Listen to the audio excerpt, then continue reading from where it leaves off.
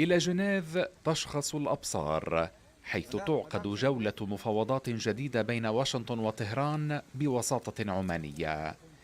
جولة قد لا تشبه سابقاتها، فهي بحسب ما يسرب في الإعلام الغربي ستشكل السقف الزمني لأي تحرك بعدها، حربا أو تسوية. طرفا التفاوض يستبقا محادثات الخميس بفرض مزيد من الضغوط ورسم الخطوط الحمر مع إبداء شيء من المرونة.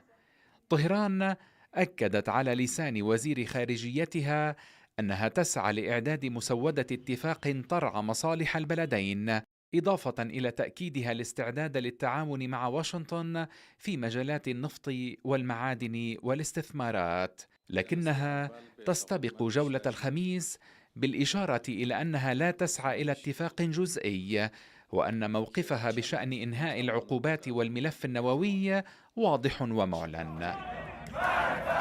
كما حذرت طهران من محاولات إسرائيل إفشال المفاوضات، وفق رد المتحدث باسم الخارجية الإيرانية على سؤال للتلفزيون العربي.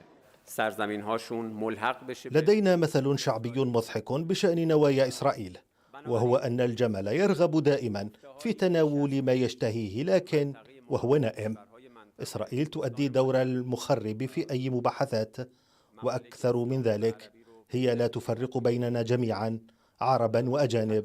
هي باتت تتحدث عن مشاريعها علنا، وعلينا التحرك سريعا بشكل جماعي لوقفها، لكننا يقظون لما تسعى إليه.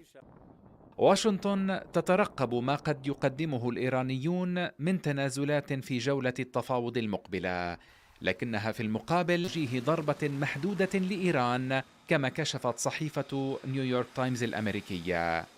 لكن تلك الضربة بحسب الصحيفة قد تستتبع بأوسع منها إذا لم تؤدي مع الدبلوماسية إلى رضوخ إيران.